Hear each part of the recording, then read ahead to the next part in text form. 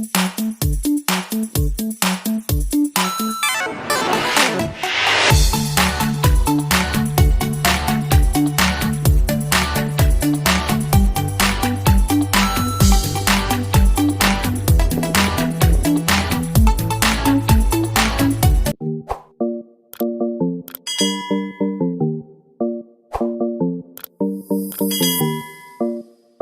तरफ करा बस।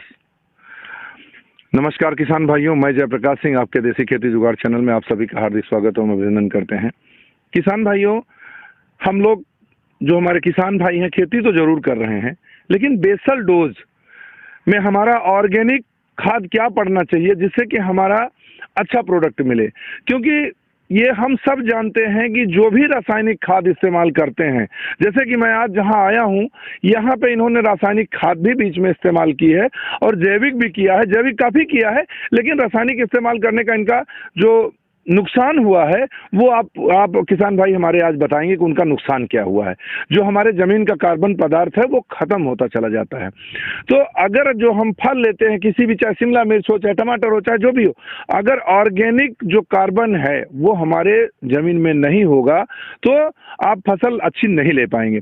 तो हम उसको कैसे लेंगे, किस प्रकार लेंगे, क्या क्या खाद इस्तेमाल करते हैं, आज उसके बारे में हम अपने किसान सूरज वर्मा जी से बात कराएंगे।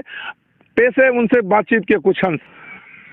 सूरज जी, हम आज आपके फॉर्म पे आए हैं। पहली बात तो हम अपने चैनल पे आपका हार्दिक स्वागत करते हैं सर, और अपना परिचय दीजिए सर, उसके बाद फिर मैं आपसे कुछ पूछता हूँ। जी नमस्कार, मैं सूरज वर्मा सरखेलपुर का निवासी हूँ। सरखेलपुर पोस्ट सरखेलपुर, ग्राम पोस्ट तहसील पट्टी, जिला प्रतापगढ़ जी। ठीक है, मैं आपका बहुत बहुत धन्यवाद करता हूँ कि आपने हमें अपने चैनल के माध्यम से बात करने का मौका दिया, और मैं आपसे बहुत ज़्यादा प्रभावित हूँ जो आप तरह तरह की बहुत ही बेशकीमती जानकारियाँ हमारे किसान भाइयों को और हमें भी देते रहते हैं।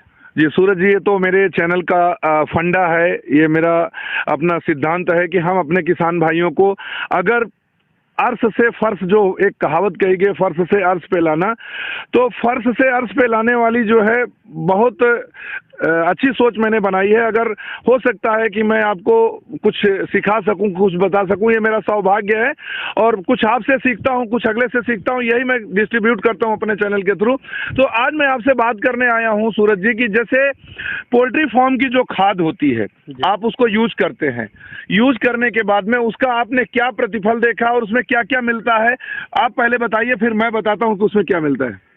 देखिए, जो पोल्ट्री का खाद होता है, पोल्ट्री मैन्योर, उसमें क्या रहता है कि जो उसका रिस्पांस होता है वो बहुत क्विक होता है। मतलब इतना आप मान के चलिए, अगर देसी गोबर की खाद इस्तेमाल करते हैं उसका जो प्रभाव रहता है वो लंबे समय तक रहता है, लेकिन उसको मतलब पेड़ पे उसका असर थोड़ा, उसका बूस्टअप पावर बढ़ाता है, बढ़ाता है। मतलब उसका असर आपको थोड़ा लेट दिखेगा जो गोबर की खाद होती है, लेकिन लंबे समय तक रहता है।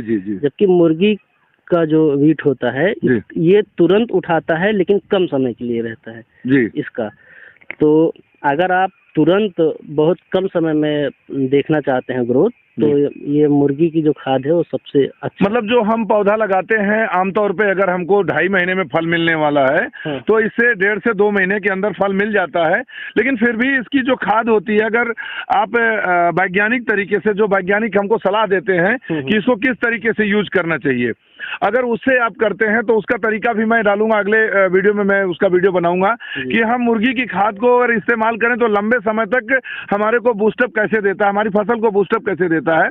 तो जैसे कि आपने जो बताया है कि आपका जो मतलब जो थोड़ी दूर जो पड़ा हुआ है खाद, ये यहाँ पे एक आपने इकट्ठा करके रखा था, उसका ग्रोथ आपको किसान भाइयों देखिए दिख रहा है कि आप इस पे जो है देखिए कि ये अलग दिख रहा है, बिल्कुल अलग, और बाकी जो मैंने शिमला मिर्च दिखाई है उसका ग्रोथ अलग दिख रहा है। तो सबसे बड़ी चीज सूरज ये बताइए, क्या आपको ये जानकारी है कि हमारी जो मुर्गी की खाद है इसमें कौन कौन से मिनरल्स या कौन कौन से फास्फोरस या जो भी है क्या क्या मिलते हैं, इसके बारे में आपको जानकारी है? देखिए, ज्यादा तो जानकारी हमें नहीं है जी, लेकिन ये मान के चलिए कि जैसे हम मतलब गोबर की खाद सबसे पहले हमारी प्राथमिकता थी। जी पहले। हाँ हाँ। लेकिन वो हमें होनी भी चाहिए सर। जी, हमें मिली नहीं। हाँ। और जबकि हमारे आसपास पोल्ट्री फार्म बहुत ज्यादा हैं। हाँ है, बिल्कुल तो बिल्कुल। इस वजह से हमें ये चीज बहुत आसानी से मिल गई, हमने इसका यूज किया। जी। ठीक है। लेकिन गोबर की खाद में तो आप मतलब उसमें कुछ अच्छा एक चीज ये बताइए, जैसे मुर्गी की खाद आपने डाली, हाँ। तो डालने का भी एक सिस्टम होता है इसका। जी। कि अगर आपने पहले, क्योंकि इसके अंदर गर्मी बहुत ज्यादा होती है, बहुत ज्यादा। तो अगर आपने मई जून में कोई फसल में, अगर खड़ी फसल में डाल दिया तो फसल तो जल जाने वाली है। नहीं, मई जून की बात नहीं, आप दिसंबर में भी डालेंगे तब भी जल जाएगा जी। गर्मी उसमें इतना ज्यादा होती है जी। हाँ, वो उसको आप या तो ठंडा करके डालिए। हाँ, मतलब उसको डिकम्पोज अच्छे से करके तब डालिए, या फिर उसको जुताई के समय खेत में बिल्कुल सही कहा आपने सूरज जी, ये परफेक्ट नॉलेज है। इसको मैं थोड़ा सा अपनी तरफ से एक्सप्लोर करता हूँ, इसको बढ़ा के आपको जो सही बताता हूँ कि इसको अगर आप बेस्ट डिकम्पोज के साथ में इसको डिकम्पोज करते हैं तो इसका वीडियो भी मैं डालूंगा, बहुत जल्द डालने वाला हूँ, क्योंकि हमको भी खाद डालनी है खेत में। तो इसको कैसे तैयार करना है, अगर बैंगन की फसल है तो बैंगन की फसल में आप शुरू में नहीं डाल सकते हैं, क्योंकि जब तक ये आप बैंगन का पौधा ग्रोथ करेगा तब तक इसकी खाद की जो है ताकत खत्म हो जाएगी।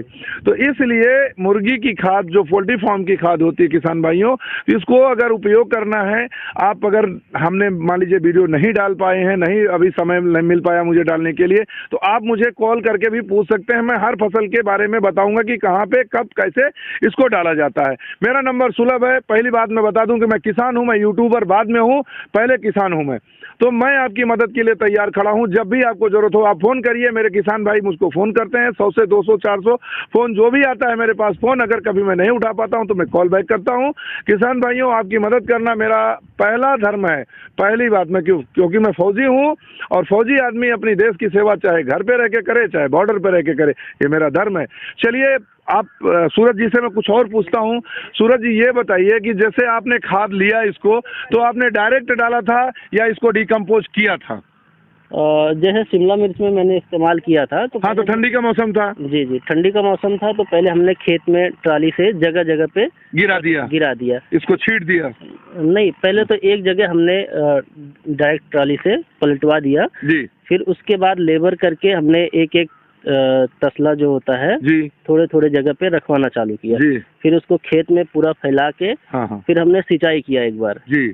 और सिंचाई करने के बाद खाद थोड़ी ठंडी हुई, फिर हमने जुताई करवाई उसकी जी।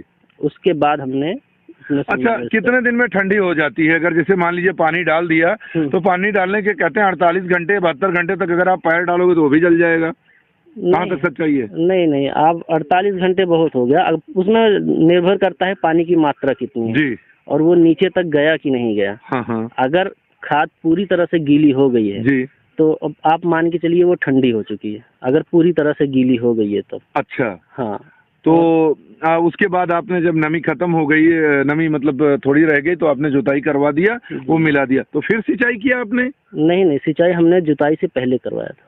जुताई से पहले करवाया था।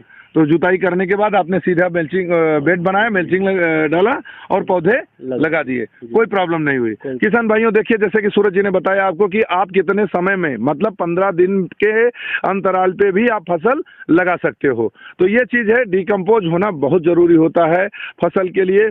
लेकिन अगर फसल में और भी आपको करना है तो आपको कुछ और भी दवाइयां हैं जो ऑर्गेनिक होती हैं, उनका आपको इस्तेमाल बीच में करना पड़ेगा फसल को लंबे समय तक चलाने के लिए।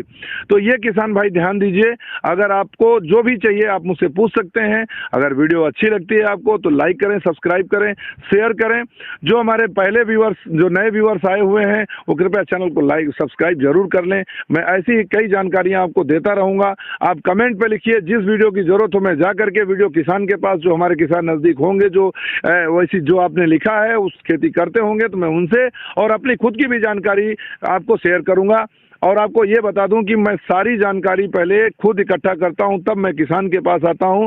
हो सकता है कि मेरा किसान भाई कहीं थोड़ी गलती कर रहा हो तो वो उसको सुधार कर सके जी। तो ये आपको अच्छा लगा कि जो हम आपसे आकर के पूछते हैं, आपको कुछ बताते हैं, तो कुछ लगता है कि मैंने जानकारी इकट्ठा की है? जी बिल्कुल, बहुत लगता है। चलिए किसान भाइयों, आपको भी अगर लगता है तो चैनल को देखिएगा और लाइक करिएगा, सब्सक्राइब करिएगा। नमस्कार, जय जवान जय किसान।